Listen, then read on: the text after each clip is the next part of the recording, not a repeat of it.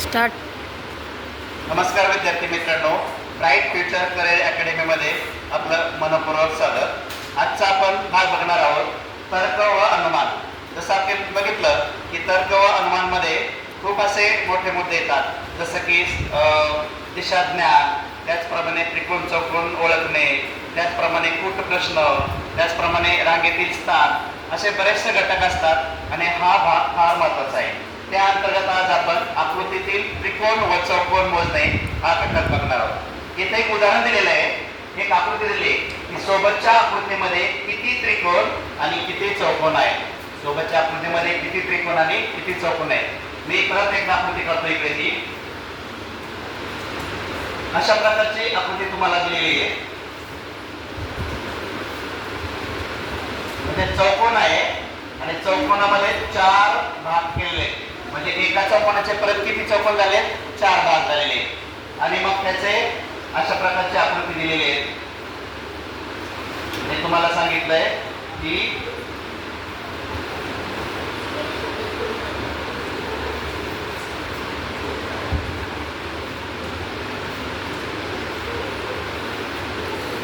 सोबतच्या आकृतीमध्ये किती त्रिकोण आहे हे ओळखायला सांगितलंय. आता मॅन्युअली जर ओळखायचं झालं तर तुम्हाला आता हे भाग बघावे लागतील.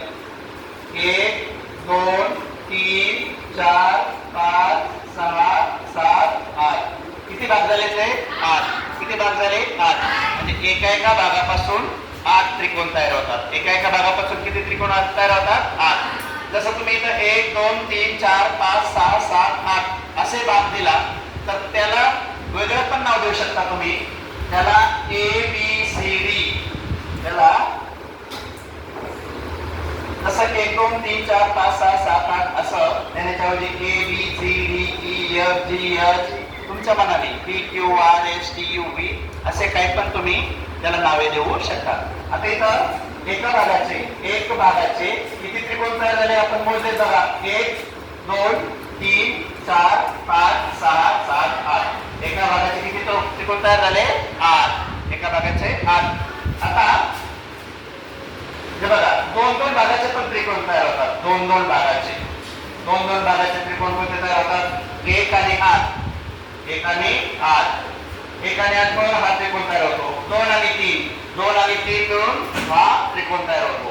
बघा मी वेगळ्या केल्यानंतर होतो 2 आणि 3 मिळून हा त्रिकोण तयार होतो. 2 आणि 3. त्यानंतर 4 आणि 5, 2 भागाचा 4 आणि 5 याच्यामुळे हा त्रिकोण तयार होतो. 4 आणि 5 मिळून हा त्रिकोण तयार होतो. आणि 2 भागाचा आणखीन एक चौथा त्रिकोण तयार होतो. 7 आणि 6 हा भाग मिळून एक त्रिकोण तयार होतो. म्हणजे 2 भागाचे किती त्रिकोण आले? 1 2 3 4. किती त्रिकोण आले सगळे? 4. 2 भागाचे 4 तयार झाले, 1 भागाचे 8 तयार झाले. बघा विद्यार्थी मित्रांनो, आणखी 4 त्रिकोण तयार होतात तिथं. बघा 4 भागाचे. आता 4 भागाचे आणखी 4 त्रिकोण कसे तयार होते ते बघा. इकडे आता 4 भागाचे 4 त्रिकोण बघा. इथं 8 1 2 3 म्हणजे हा मी रेखांकित करतो, मार्क करतो, हा त्रिकोण तयार होतो. 8 1 2 3 8 1 2 3. 4 भागापासून हा त्रिकोण तयार झाला. त्यानंतर परत 2 3 4 5 2 3 4 5 2 3 4 5 म्हणून अजून एक मोठा त्रिकोण तयार झाला. परत 4 5 6 7 4 5 6 7 4 5 6 7 म्हणजे मी मार्क करतो, हा त्रिकोण तयार झाला. 4 5 6 7 आणि लास्ट वाला 6 7 8 1 हा मोठा त्रिकोण. 6 7 8 1. बघा 4 भागापासून किती त्रिकोण तयार झाले? 1 2 3 4. 8 1 2 3 चा 1 2 3 4 5 चा 1 4 5 6 7 चा 1 आणि 6 7 8 चा 1 असे 4. म्हणजे 4 भागापासून 4. 2 भागापासून किती झाले? 4. 2 भागापासून किती झाले? 4. आणि एक भागापासून किती झाले 8 8 आणि 4 12 12 आणि 4 16 12 आणि 4 किती झाले 16 16 त्रिकोण झाले बघा. या आकृतीमध्ये किती त्रिकोण येतं 16. या आकृतीमध्ये किती त्रिकोण आहेत 16. बघा आता मला उत्तर काढायला किती वेळ लागला 5 मिनिटं लागले. किती वेळ लागले 5 मिनिटं. परंतु याची एक ट्रिक आहे. ती ट्रिक कशी बघा आता ट्रिक आहे याची. यात अशी जर आकृती असेल तर त्याची काही ट्रिक आहे. अशा प्रकारची आकृती असेल त्याचे 4 भाग केले असेल आणि ही कर्ण जर असेल कर्ण एकमेकांना जो बघत असेल तर त्याची एक ट्रिक आहे. काय करायचं इथे आपण नंबर दिले 1 2 3 4 5 6 7 8 किती भाग आले 8. किती भाग आले 8. त्याची फक्त काय करायची दुप्पट करायची म्हणजे 8 दुने 16 हे आपलं उत्तर राहील. बघा हे उत्तर करायला किती वेळ लागला.